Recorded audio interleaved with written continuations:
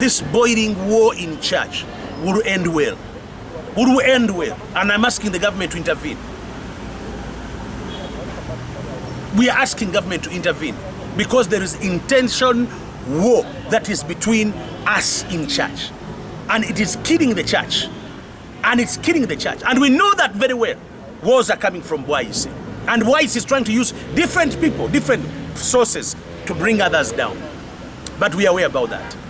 Nze nga Dr. Hilary kisanja bwe batamenyawo bigambo bino nja kulekulira designinge bajje bakole emirimu gye tukola tusiba tukola tubuna tulumirirwa abantu president ayambye abantu tutuuka kuli muntu wa president nojja gwe nokerencha nowayiriza munnaddiini omulamba notandika okuwayiriza abantu mbuno mbuba kujjeko sente nga tomumanyi nakummanya na muchachi ya mwe najjayo mulundi gumusibamanyi mwe nyini mwe muyine ebizibu n'endiga zammwe ze musunda actually ate bapasita basinga nabo bafere kati waba oyo mufere febwe tuba tuzze wantu tetumanya negwe nojja n'erinnya ly'omuntu fe bwe banga eriyo omuntu yenna abali mu kintu kino abakinamu omukono nja kuliwandiika designinge otherwise amanya gaffe gatusingira ekintu ekirala kyonna mwe buli omulaba omuntu aliranye president nga mumulwanyisa buli aliranye president nga mumulwanyisa mulira okulekeraawo muze ogw'okulwana abantu ba president. Pastor Mondo Mugisha, Dr. Franklin. Wanyamanyolira manji ndi bulungi. Ligenda bite pastor? Luli twali wano. Mwambuza akawala kibaite Susan. Susan ya? Susan. Susan jali ebintu bitambula. Jali namugamba ntwali busamya naye ali awo. Wali ajja kutwala tewali tabu. Pastor ekindeso nako olwalero njagala twogere ku byobufuzi ebiri mu church okutwalisa wamu kubanga ffe bwe tulaba ebigenda mu maaso. Oli agamba wateeka okuba waliwo ekigenda mu maaso church kubanga abamu tulaba bawagira abamu tulabanga bawakana. Njagala tutandikire ku nsonga eno ey'ekigambo ky'obufere. Nani nakirina okubuulira abantu mu church. Church si ggulu. Church ddwaliro. Abantu abalina okuwona emize ng'obufere, obwenzi, okunywa omwenge, obubbi, empitambi, lubaale, kusamira, bonna bawonera mu church. Bogena mu church nosangayo omufere mu kanisa manya nti ogize mu ddwaliro. Bogende butabika ne bakuba eŋŋuumi togamba nti eddwaliro nga zibu abaliyo balina psychological problem era beetaakola ki kuyamba. So a church is not a heaven. A church is a place of healing. Abantu bakyawona buwonya emize gyabwe. Kati omuntu bagamba nti church yo babafere is myopic thinker. Tamanyi ikifo kyalimu. Bwebanga church kifo kya kuwona oba gendayo kuwonyezebwa. Ate lwaki tulaba ebigenda mu maaso nga si bya kuwonya ate byongera bwongezi kusajjula busajjusi. There is a good part of the church. I can't maintain to say nti byongera kusajjuka busajjusi. But in every place there is a mortuary. Every hospital there is mortuary and there is a kusibula. Naye ate sibili doctor kujanjaba owona. Ate olina option nti obotonera munago solo kugenda kiruddu. Akati nze bwe ngenda wa gundi pasita nainda banga mufiri okimayo ki bogenda bagandire te basha osobola okuwona manya tuli mu dduuka tuli mu church ekiyawulo kiriba kita church ate bano bayita national Kisubi Enterprises. Ati boyigira mu Kisubi Enterprises nolabanga bafiri match out golinda kibasoke bakufere va mufuluma. Pastor Mondo, oli pastor. Ofera. Ati lwakimfera. Ojo mutafera. Msejo omugaga afera. Waliwo bakibateeka ku kati njabolokole mwenda muli bafera. Nze tanoonya sente. Mukola bwe muti abantu bagwe mukola ki? Siri ku committee ya church ya sente. Siri signatory ku church account. Siri on any financial committee in my church. Senate is governed by the board of 5 people. Nze nina gravity construction company nkolera sente. Nina a farm yange nsise busuju bintu agimanyi. Ndi musajja yikolera. Mbadde ndisa abasumba 39 families mu COVID-19. Mu COVID-19 bagenda ku Dr. Franklin Mondo Mugisha on my page on Facebook page. Ojja kutula mu videos eziriwo. Nayimpa abantu sente. We spent 59 million Uganda shillings. Akati ato omufere omuntu atakolamu aba akimayo ki ate bwebanga mwogera ku bantu abalinako ate ninako tusula wange essego kuteri amanja. I sleep in a 10-bedroom house. I have more than 10 houses. Pastor bw'oyogera bw'oti. Ndi muntu serious, ndi musajja mukozi, ndi musajja nkola n'emirimu gyange. Era ntesikiriza pastor atunulidde ekibbo. Oyo simukkiriza, genda okole ebikuyamba, ebinayamba family yo. So okkiriza obufere weebuli. Oh yes, kubanga kyaki dwaliro. Empeta eno gy'oyambadde. Obelieving nti empeta ezo zirimu omukisa? Example, anointing oil omumanyi? Mumanyi. Omuntu bamusiga abantu. Avaawa. Mulaba abamu batugamba amazzi ge bajja ku kayanja, abamu batugamba olive oil gwe bagula mu supermarket. Ne basabira musabire. Ate ffe tumusiisa mmere. Tumuliisa mmere. Exactly. Tumusiisa mmere. Exactly. It's called a point of contact. Bobo oli yakuta amafuta ge baguze mu supermarket n'agakusiiga. Nawe nokkiriza. Taago mafuta anointing oil asobola okuwa omukisa n'akukolera ekibayita nkwaso ey'omukisa. Nkwaso. It's a point of contact mu luzungu. Oli bwagamba nti empeta eno ngisabidde ngende kukolera omukisa n'ogikiririzaamu. Nti egenda kuwa obugagga. Yes, n'ogikiririzaamu. Kisobola okukolera. Let me just give an example. Okkiriza nti abantu abagenda mu masabo ne babawayirizi bazambala. Gye bali. Naye irizi simiti. Simwanyi. Naye tebikoleera. You believe something naye nga tekikolera. Good. Omanyi wakiti bikola? Kubanga biti. Naye waliwo ebintu ebyawanikwa mu Bayibuli ebikozesebwa. Bakabaka bano okufukibwako amafuta ne bakabona babasiganga ki? Mafuta. Dawudi bamuyiwako ki? Mafuta. Ekigambo ky'okuyiwako amafuta nnono ya Bayibuli. Ekintu kye sinaba kulabamu y'empeta. Kakati nze nnyinza obutakkaanya ne pastor omugenziiga ku kyempeta. I don't believe with him. Neti kinzigyako ti pastor gayina ebirungi byakola. Kituufu. Ate obanga tokkiriza mu mpeta, you have a choice. Why can't you march out and go? That is simple as that. That's what I tell people. You don't believe in it, go away. So tukkiriza nti church sawe eno ezimu don't business. No. Uliowa myoyo gy'abantu. Kati kya business kituukiramu wa kisitu. Don't tuwebuka mawulire. Oli muna mawulire. Pastor mpuliriza. Kanze ku kiri. Nakugambye bw'oyingira nga waliwo ekkanisa ng'osasula ssente. Run away. It's not a church, it's a shop. Have I answered you? Nakugambye nga ntandika nti bwingira mu church ne bakuwa ssente. Tegera dduuka si church. Sakyogedde. Sakyogedde ekyo. Dduuka. Where there is a willing buyer, there is a willing seller. Pastor lwaki mufera abantu? Lwaki mufera abantu? Gwe kakati nina wekutadde kati oli mu fridge oli freezinze kakati kakuzeyo ekyo kyogera mu bigambo naye balaba nkuzaayo ku kiriye awali omuntu ayagala okuferebwa waliwo omufere teri mukazi afuna lubuto nga muyeka abantu bano banaku bava gye bavudde nga bazze kuyambibwa katanti omulimu gwaffe gwe guno tubagamba kati nti boyingira ne bakusaba ssente genda mu kyaki batasaba ssente. Is that okay? A lot of things that are going on right now, and I know there's church politics going on. We have our inside church Pentecostal wars. Regardless of Pastor Sirage's issue, we know there's a sponsor behind, and he's in Wise, but that is okay. I know you will not twist the arm of the government to use it to harm anybody. But let me go back to that point. Sirage invited me like any other person to preach the gospel, which I did. If you went to Bomba and ask, they will tell you that I came to preach. There's no anyone who will say that I told him to take him to the president. As who? I'm a pastor. I'm a preacher. I don't work for government. I don't have an ID. I've not shown you who I am. I work for the president. How do you say that you have worked for the president? But regardless of that, I support the president. I support the movement system. But Sirage is a user. He uses image of different people.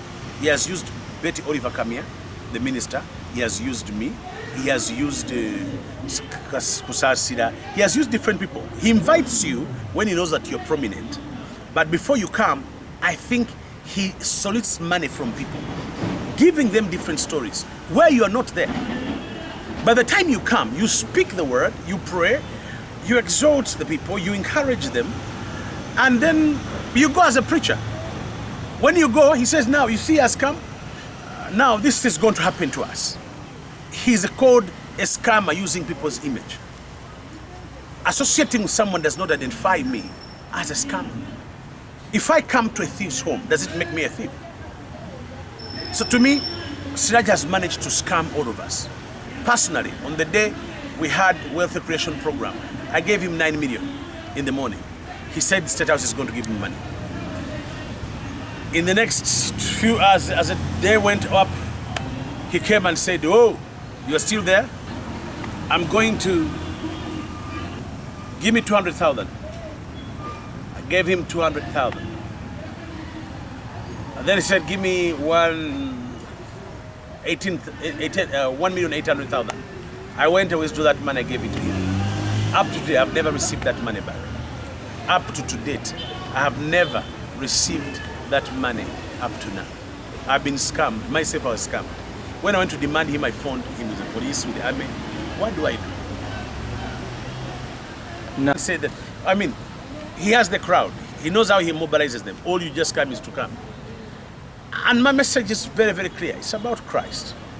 But I know that people, because the people which hunting Sirage, now they're looking for me, how to add me on. Okay. I'm here to talk about it because, I mean, I didn't want people to laugh at me. But they scammed me. So I find it funny when someone says, I'm actually wondering. There are people outside there who are scammers. There are things people just spoken that they're scammers in church. True, they're there. They're there. There are some people who are scammers. But not everybody. If you be a scammer, doesn't mean that you're a scammer. I'm a preacher like any other person. And we should give benefit to people, benefit of doubt to some people. Office of President Yoweri Museveni. Mwezi ki? Gwali gwa mukaaga.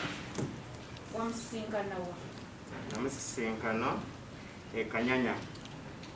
Era ng'aze n'omukulu wa State House muno bamuyita mukulu Dr. Hilary kisanja. Omanyi State House naye bantu bagirimbiride ebintu bingi. Kuba sijja kugamba nti kisanja simu kisanja. Ekigambo kisanja ndowooza abaganda mumanyi kyekitegeeza. Ekigambo kisanja kitegeeza ki? Musooke munnyonnyoleyo kati wawulira kisanja ng'ayongeddeko ne Dr. Kisanja. Taata mama nkyajja. Kati nange njagala kugambe nti wagambe nti wamusanga wano mu State House. State House yandisikiriza Mbafere. Ate nze sirina State House. Nze nkolera State House naye omuntu wakugamba nti namusanga wano. Era mama twajja kola muno mu office. Gwe nani? Sirage. Okusisinkana mukulu kisanja. Mwamusanga wa? Kisanja ebyafa tusapo genda kufuuto. Mama ngenda kuli. Enaku za mwezi nga mukaaga August 2020. We twatandika kwokera house. Nga mukaaga August 2020. Guno mwaka gwo. Ne tuwayo egundi ne bampayo miliyoni 2.5.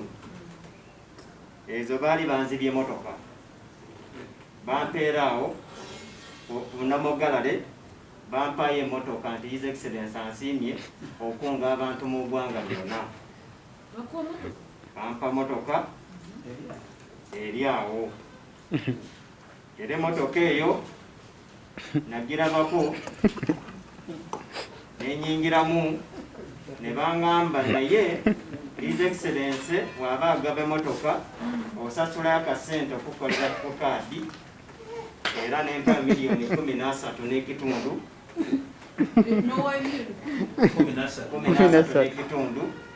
Era ze banziriza kwokera house. Banzirizaako miliyoni 2.5 ne banyongera miliyoni 3. Ne bagamba va mu kintu kino era kyali mu meja yayitibwa Major ne baŋŋamba tugenda okuwa omulimu gwe tugenda okuwa omukulu bya Ruhanga agenda okuwa nga mobilize w'amaanyi osobola okubanga okunga bino ebintu bireke. Ne bakubira omukulu bya Ruhanga eyo omusirikale we yakola ku bintu ebyo gye bayita liiki yatwalayo akakadde kamu kitundu twamusindikira ku simu n'emesegi tuzirina. Asaba yatugamba nti ayina omukulu gy'agenda okutuusaako empapula ezo. His Excellency asobole okumanya yeetaaga entambula, yeetaaga buli kintu kyonna, era ne tumuwayo akakadde kamu n'ekitundu. Nali ne looya ate nga musumba mu kyaki yange nga tukwasa ebintu ebyo. Awo yatutwalanga mu restaurant Entebbe. Akakadde kamu n'ekitundu twakaba mu Colony Security State House. Okera House katika tugendemu because oli mu Okera House. Ndi mu Okera House. So kati just State House katugete kitegwanga real ebintu byobikwatagana State House eri Entebbe manyiddwa State Lodge erina kasi. Waliwo omukyala ne mukulu wa Kandali ne batugamba nti okusisinkana omukulembeze w'eggwanga yeeraliikiridde. Akirwadde kino kiita abakadde b'emyaka.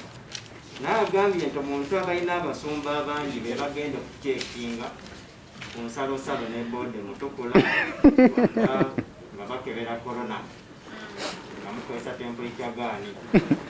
Naye muyina okusasula emitwalo ataano. Okubatwalawa ogenda okukola nga buli musumba ogenda okukola ki abagenda okukebera abantu abayingira COVID oba alina temperature eri haayi oba teri haayi nti osasula emitwalo 5. nga mwali bagaga kati mutwalo 5 nsasule okonkebera. Mu kiseera ekyo twawuliramu essanyu netugamba ate babulokinze obutatambula biki tufunye omukisa His Excellency atuwadde omulimu. Mwali bakufuna mulimu ogwokukebera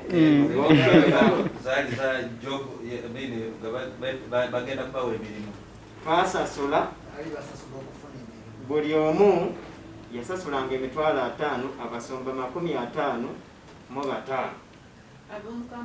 cash n'ekifaananyi ne tumukubanga amukwasa ki sente ekifaananyi kiri ataki kiryo bwe nayogerako ne private school owners present here representing hundreds of many others. Your story is saddening. It really causes one to think like there is a big problem that has not been addressed for quite a long time. I apologize to you because I could not believe that people who are enlightened, people who are exposed, people who are able like you could be duped by an extorter, by someone not even well established just because he had a picture with the president. You will bear with me that anyone who gets an opportunity to get near the president takes a picture there. Very many fraudsters use these pictures. You may recall that when this other incident of destroying St. Peter's Church of Uganda Ndeba happened, the proprietor of Ephraim Enterprises, the vehicle's picture was put on all social media platforms when he was shaking the hands of the president. That's what fraudsters use. The vehicle had taken the picture many years ago when the church was destroyed by criminals and fraudsters because of their criminal actions. Then the picture of the president and the vehicle was brought, that you see the man behind the breaking of the church is with the president. That did not stop us from using Uganda police to investigate and have the vehicle first arraigned before courts, remanded like any other suspect, and it was seen and it is there and the man is still in court. So I want to counsel you and request you to, first of all, detach yourselves from these fraudsters who go around flying the photograph of the president that we are the mobilizers in yellow. Please disassociate yourselves from that. The president is for all of us as citizens. True. I want to believe that some of you who have gotten the opportunity of hosting him, the president, in your functions, you all posed to take a picture with him. Now he is a candidate, like the other father, whether the spirit or whether what. The issue is the man is a fraudster. Oh, yes. The man is a thief. He's a That thief, is what clear. it means. Robber. For me, as a person who is coordinating the fight against corruption, that one is a thief. And we cannot bring in the father and the grandmother and the who Sirage Semanda is a thief. Whoever he's associated with, why I'm judging like that, again, before investigations, you all have proof that Semanda has taken your money and has not given you anything. Sirage Semanda. This is what we're going to do, and I want to promise that now that you have come to us in our official capacity as the anti-corruption unit that is meant to ensure speed the processing of all cases, I promise that we are going to investigate this matter quickly. I am not an investigator. Kitalo nnyo nti oluusi abamawulire batuteeka ebintu nga tebanakubuuza naye ensonga ya Sirage talina gwatabba nange yanziba miliyoni 11 olunaku lwa Tik Hotel sigenda kubeerabira yansaba miliyoni 8 nansaba mitwalo miliyoni 8 nansaba mitwalo 2 the miliyoni 11 naye nze natya okuswala tibanzibi nga ntunula omusajja yanazimwera mu parking rooti n'atwala kakati naye kyakola ye kyamastalinga nti asooka n'abuulira abantu bendowooza ebigambo byamala okubibuulira n'akwita gwe ng'omuntu ali popular kati nga nze Mondo bwengenda awantu of course amawulire bagenda kubeerayo n'ekintu ekirala so akozesa ebifaananyi kyova nti yayitanga abantu abanene n'ayita Bitikami minisita n'ayita bakatini kuzasira n'ayita bakisanja n'ayita abantu bonna bali attachment naye nze pure nze yampitiranga ku kyenjiri ate naneegombanga nnyo gye natambulanga nnyo ngende South Africa n'okudda kati ndowooza bwe yabbanko ssente ze South Africa ng'alowooza nga gyabagamba muntu oyo agenda batwala South Africa naye nga bufere buyayi ate njagala kulabula abantu nti si buli kintu yonna kitundibwa mu kkanisa please it is right waliwo ddala abafere gye bali mu kkanisa ate gye bali ddala nga gye bali actually ngenda kutandika olutalo ku bafere yakuprotectinga nnyo erinnya baalyogeddeko naye nze mbagamba ekintu kimu ndi mulokole nakkiriza Yesu sirina kinzibisa abantu nina ebimala ebitono bye nina bimala. Private school owners present here representing hundreds of many others. Your story is saddening.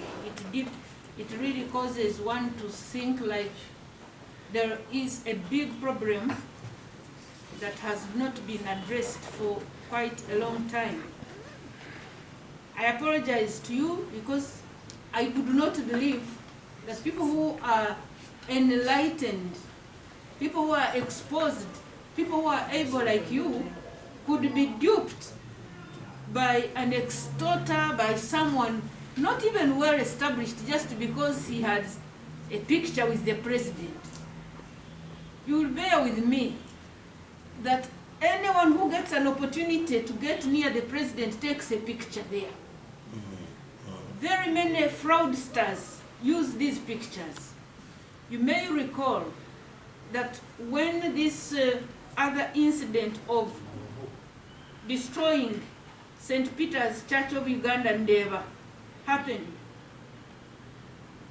the proprietor of Ephraim Enterprises, the vehicle's picture was put on all social media platforms when he was shaking the hands of the president. That's what fraudsters use. The vehicle had taken the picture many years ago when the church was destroyed by criminals and fraudsters because of their criminal actions. Then the picture of the president and the vehicle was brought, that you see the man behind the breaking of the church is with the president. That did not stop us from using Uganda police to investigate and have the vehicle first arraigned before courts, remanded like any other suspect, and it was seen and it is there and the man is still in court. So I want to counsel you and request you to, first of all, detach yourselves from these fraudsters who go around flying the photograph of the president that we are the mobilizers in yellow.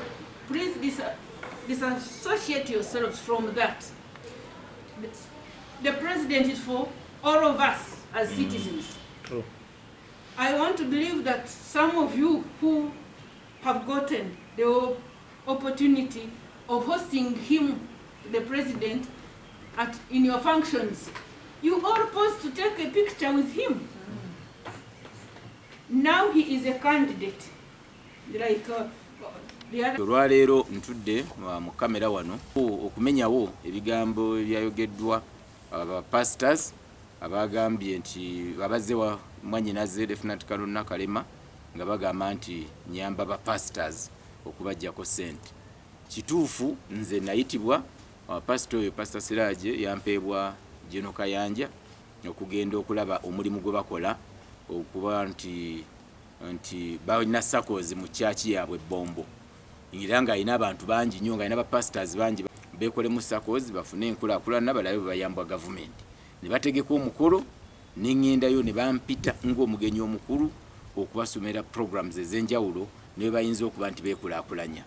Pastor Sirage si mukwano gwange, sinnaweza na mwaka nga mumanyi, era namulaba nga agamba nti ye manager wa Buchaman ku mukolo gwe twategeka ogw'abavuka ba ghetto wali Katwe. N'olwekyo mmenyawo kino mu kamera, nze siina bapasita bakwano bange, siri mulokole era sibeerangako mulokole. Bapasita bonna bakwano bange mu kapasite nti mbamanya olwa ebyo byenkola olwo emirimu gyenkola. Ngende wa Pastor Kakande, ngende wa Pastor Kayanja, mbeera wa Pastor Senyonga, mbeera mu church zonna nga bwe ngenda mu makanisa amalala ne mu Kereziya. Ngende Bukalango n'ensomesa abantu ebyenkulakulana ne program za president ez'enjawulo zetukola mu State House. N'olwekyo kikyamu nnyo omuntu okuva eri n'atandika okwonoona erinnya lyange lyenkoleredde ebbanga ng'agamba nti nze neegatta ku bapasita okuba nti bagibwako ssente. Bwe mba nagenda ku mugenyi ng'omugenyi omukulu simanya eri bye baali bategese, nze nasanga bantimbye bampita ne mwannyinaze kusaasira. Era nakubira kusaasira ne mugamba nti kusaasira oba gw'ogende nze sigenda ndi bize. Naye nangamba naye yali akyali wala. So kitegeeza ki nti ffe twagenda mu kyaki eyo nga bw'ogenda bw'oyitibwa ewantu yonna ewalala nga tugenze kusomesa enjiri y'enkulaakulana. Si wensoose mu ndaba enkya n'eggulu mbeera mu kibuga, mbeera Mbale, mbeera mu Western, mbeera Fort nga nsomesa abantu program za president ez'enjawulo. Nze president ansasula ssente ezimala n'amafuta nkozesa gange nga ngenda mu bantu abo. Kakati omuntu okugamba nti simanyi mitwalo 3 ku buli pastor, ssente kyabwe zibayinza okumpa nga president zatasobola kumpa. N'olwekyo kino kigenda ku record. Nze ndi musajja of integrity, za kimanyi Nakalema nti nina bye sisobola kukola era nze ebyo sibikola kubanga siyenze. N'olwekyo general public kimanyi mwalumiddwa nnyo bakwano bange, naye bino gye birimu byebizibu byetusanga mu office mwe tukolera nti bwe ogenda mu capacity yo nga tomanya muntu kye yakoze eri. Nze Pastor Sirage gwe mpulira n'eddinya lye ddala sirimanyi, oba Pastor Mondo mbamanyi ng'abantu ne si mikwano gyange.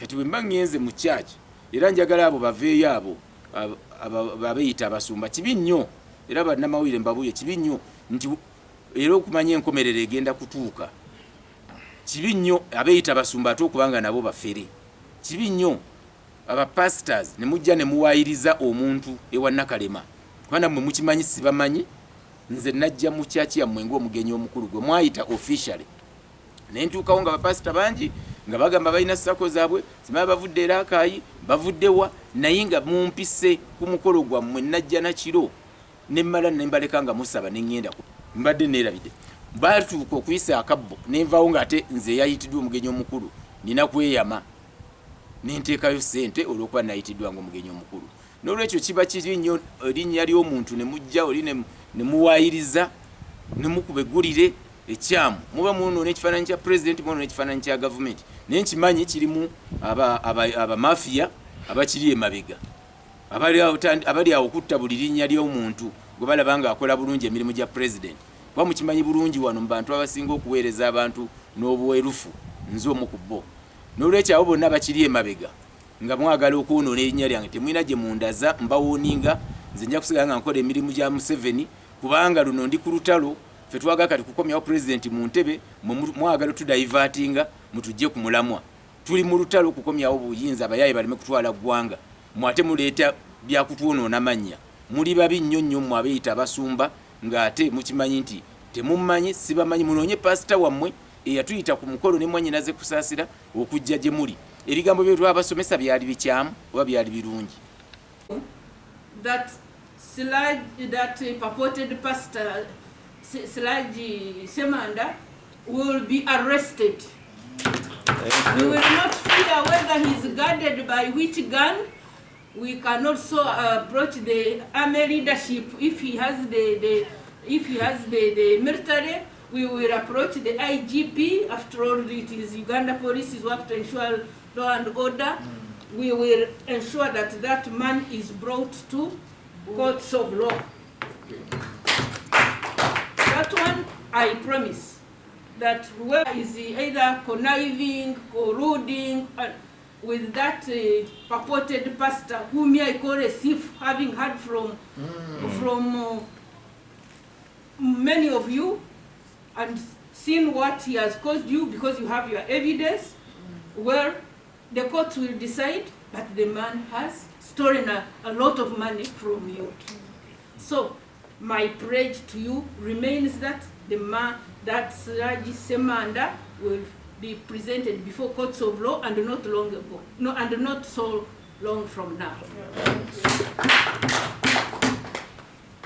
Secondly, I will request that you stop dealing with anyone because of associating themselves with State House. You work with people, work with those that show you what they are going to help you or what they have done already. Don't deal with someone because they have come with a card which he has never been anywhere that you say, I'm going to help you get more money. Allow me blame you a bit. This habit of wanting to make money through people you have not even established where they belong and what they've done is a habit that has increased the level of corruption in our country. True. You wouldn't have reached this extent of sleeping in bus parks, selling the property you had acquired, all that, if you had dealt with people whose background you knew. Now, my brother here, the pastor representing the central region, the banks. Now, the banks, I will take the endeavor to speak to the permanent secretary and secretary to Treasury to ask him. The president appealed, urged the banks not to increase or continue with their interest in this period of the pandemic. So, the PSST will guide me on that. If it necessitates, I will also request the Governor, Bank of Uganda, to meet those, to advise those banks not to harass people when we are all going through a hard economic period. But for you, yours is a special case when you have these children that you have taken care of, you have sold all you had. But again, if they want to be on the official line of their work, they will say, but nobody forced those people. They gave whatever they gave out willingly. However, the children, the parents that are now suffering deserve rights, they deserve justice. So my friends, on behalf of the State House Anti-Corruption Unit and on my own behalf, we feel sorry for all that you have gone through. We feel very, very sorry.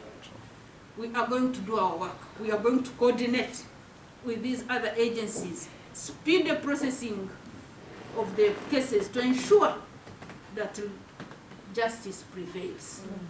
Paying back the money, I don't promise that. I promise to involve the stakeholders. They will see what to do.